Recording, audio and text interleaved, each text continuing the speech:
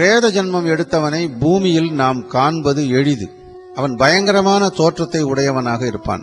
தனக்கு கருமங்களை செய்யாதவர்களை மிரட்டுபவனாகவும், பிதுருக்களுக்கு அளித்த உணவை பிடுங்கி தின்னுபவனாகவும், கொடிய பாலைவனத்தில் வசிப்பவனாகவும், பசி தாகம் என்று எந்நேரமும் அலைபவனாகவும், சுற்றத்தாருக்கும் வாரிசுகளுக்கும் தொல்லை கொடுப்பவனாகவும், வீட்டில் உள்ள பொருட்களை யாரையும் பயன்படுத்த விடாமலும் பிறருக்கு கொடுக்க விடாமலும் எப்போதும் வீணாகும்படி செய்பவனாக இருப்பான். வம்சத்தை தானே அழிக்க முயற்சி செய்வான்.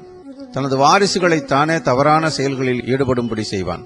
பெரியோரை நிந்தித்தல், தெய்வத்தை இகழச் செய்தல், குடிப்பழக்கத்துக்கு அடிமையாகுதல், பெண் பிள்ளைகளை அதிகம் பெறுதல், கொலை செய்ய தூண்டுதல், கொலை செய்தல், தாழ்ந்த நிலையில் உள்ள தொழிலை செய்தல், பொய் பேசுதல், புராண இதிகாசங்களை இகழ்தல், மனைவியை கொடுமைப்படுத்துதல், பிதுர்கர்மாக்களை துவேஷித்தல் போன்றவை பிரேத ஜென்மம் எடுப்பதற்கு காரணமாகவும் கருட புராணம் நமக்கு எடுத்துரைக்கிறது.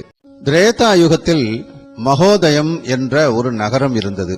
அதை பப்ருவாகனன் என்ற அரசன் ஆண்டு வந்தான். அவன் நீதி வழுவாது ஆட்சி புரிந்து வந்தான்.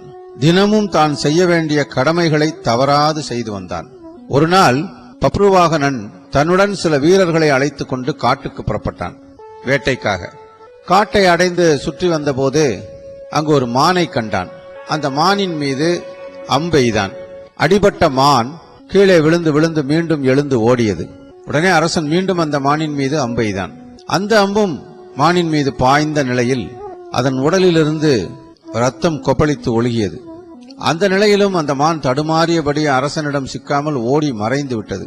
இதை கண்டு அதிசயித்த அரசன் மானின் இரத்தச்சுவட்டை பின்பற்றி காட்டிற்குள் அதனை தேடி நடந்தான். அப்படியே அதை தேடியபடி காட்டில் வெகு தூரம் சென்று விட்டான். ஆனாலும் அவன் தேடி வந்த அந்த புள்ளிமான் எங்கும் காணப்படவில்லை. வெகு தூரம் நடந்து வந்ததால் மிகவும் களப்படைந்தான். தாகம் தொண்டையை அடைத்தது. சிறிது தண்ணீரை தேடி அந்த காடு முழுவதும் அடைந்தான். அப்போது ஓரிடத்தில் தாமரை பூத்த அழகான ஒரு தடாகத்தை கண்டான். அதிலிருந்து நீரை பருகினான். பின்னர் அதன் கரையில் இருந்த ஒரு பெரிய ஆலமரத்தின் அடியிலே அமர்ந்து ஆசுவாசப்படுத்திக் கொண்டான். அதற்குள் வெகு நேரமாகிவிட்டது. இருட்டி கொண்டு வந்தது. அவனுடன் வந்த படை வீரர்களையும் காணவில்லை. திடீரென இருள் சூழ ஆரம்பித்தது. இருட்டி கொண்டே வந்தது. திடீரென்று அப்போது சில பிரேதங்கள் அங்கும் இங்கும் ஓடின. அவற்றை கவனித்து பார்த்தபோது அதற்கு எலும்போ சதையோ நரம்போ எதுவும் இல்லை. கரிய நிறத்திலே கூக்குரலிட்டவாறு பலவித ஓசைகளை எழுப்பியபடி தாகத்தால் புலம்பியவாறும் அங்குமிங்கும் ஓடின. அப்படி பல பிரேதங்கள் இங்கும் அங்குமாக அரட்டிக்கொண்டு ஓடிக்கொண்டிருந்தன. அவன் ஆச்சரியத்தோடு பார்த்து கொண்டிருந்த வேளையிலே ஒரு பிரேதம் அந்த அரசன் அருகிலே வந்து நின்று பேசத் தொடங்கியது.